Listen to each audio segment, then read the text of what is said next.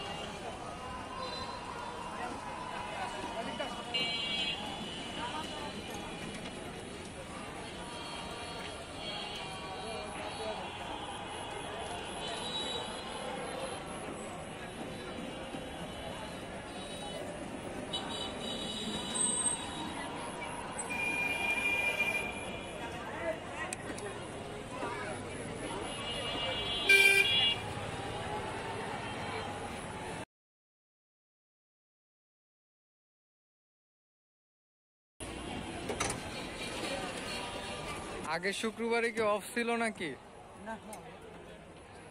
তাহলে আমরা লেট করে গেছিলাম, জানি না। আপনার দেখছিলাম তো অফ।